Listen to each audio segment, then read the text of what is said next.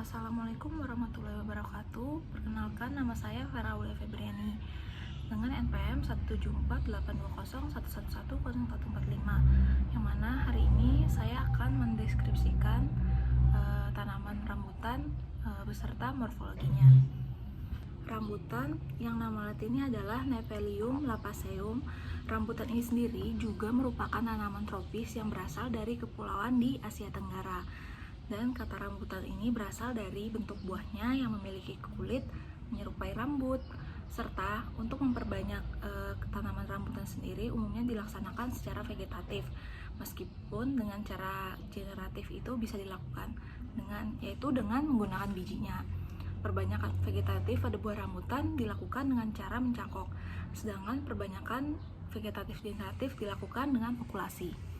Nah, seperti yang kalian lihat di video ini, di belakang aku ini ada pohon rambutan, yang mana pohon rambutan ini ada di halaman rumahku sendiri.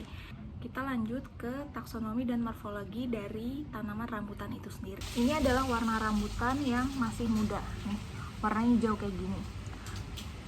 Setelah itu berangsur-angsur menjadi warna kekuningan hingga warna merah. Ketika buah rambutan itu sendiri masak, mereka akan berubah warna menjadi merah. Rambutan ini sendiri itu saat ketika sudah matang dan berwarna merah, itu di dalamnya ada dagingnya.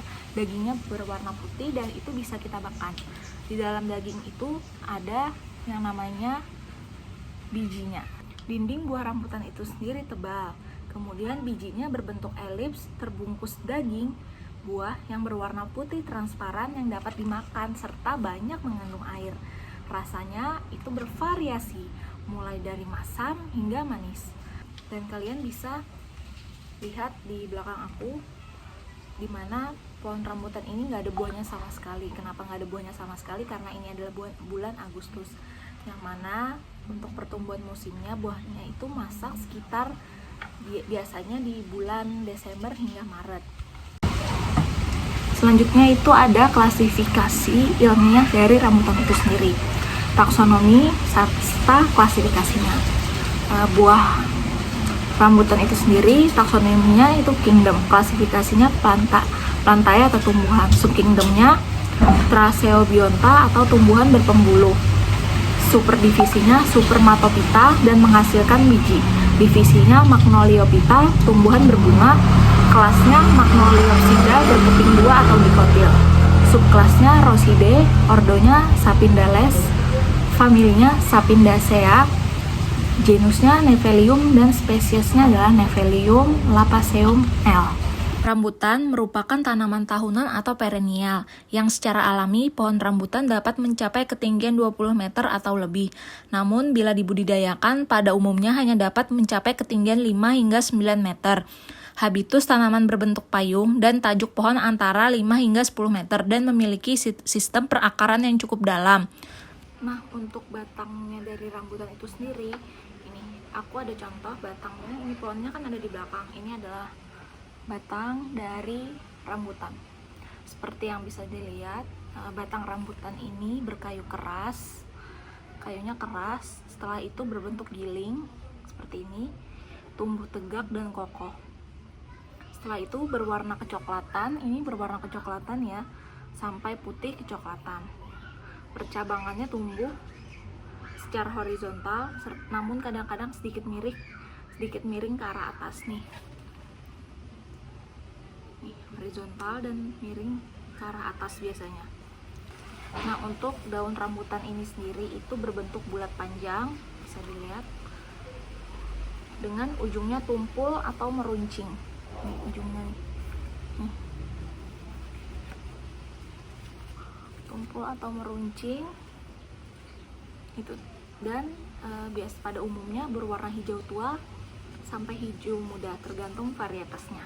Muncul dari ketiak daun atau di ujung cabang, tersusun dalam tandan, dan setiap tandan terdiri atas 50 hingga 2000 kuntum bunga. Bunga rambutan berukuran kecil, berwarna agak kekuning-kuningan dan bertangkai pendek, serta bunga ini kadang-kadang hanya memiliki sifat bunga jantan atau maskulus, ataupun bunga sempurna atau hermaprodit. Bunga jantan hanya memiliki benang sari. Di dalam buah rambutan terdapat kandungan yang mempunyai efek untuk menghambat bakteri penyebab diare atau E. coli. Berdasarkan penelitian yang dilakukan oleh Kusumaningrum pada tahun 2012, kandungan metabolit tanaman rambutan secara kualitatif didapatkan dari analisis fitokimia. Sampel yang digunakan adalah ekstrak etanol 70% dan ekstrak air kulit rambutan.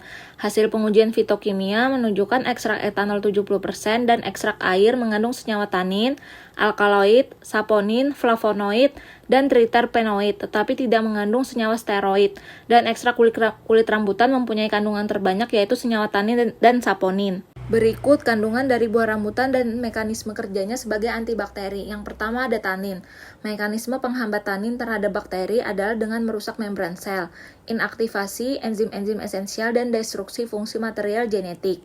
Selanjutnya yaitu saponin. Saponin diduga sebagai senyawa antibakteri pada kulit rambutan karena memiliki kemampuan untuk menghambat fungsi membran sel sehingga merusak permeabilitas membran yang mengakibatkan dinding sel rusak atau hancur. Sedangkan pada senyawa alkaloid dapat menghambat pertanaman bakteri gram positif dan gram negatif. Dan pada penelitian yang dilakukan Kusumaningrum, dengan bakteri yang diuji adalah E. coli dengan menggunakan deret konsentrasi 100, 90, 80, 70, 60, 50, 40, 30, 20, 10, 5, 1, 0,5, 0,2, dan 0,1 mg per liter didapatkan hasil bahwa daya hambat ekstrak etanol dan ekstrak air kulit rambutan pada bakteri E. coli tidak menunjukkan adanya zona hambat sampai pada konsentrasi ekstrak 100 mg per mili.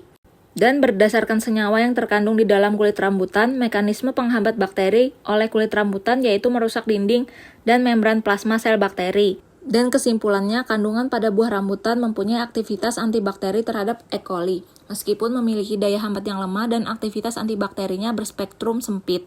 Sekian informasi dari saya, salah hilaf mohon maaf. Wassalamualaikum warahmatullahi wabarakatuh.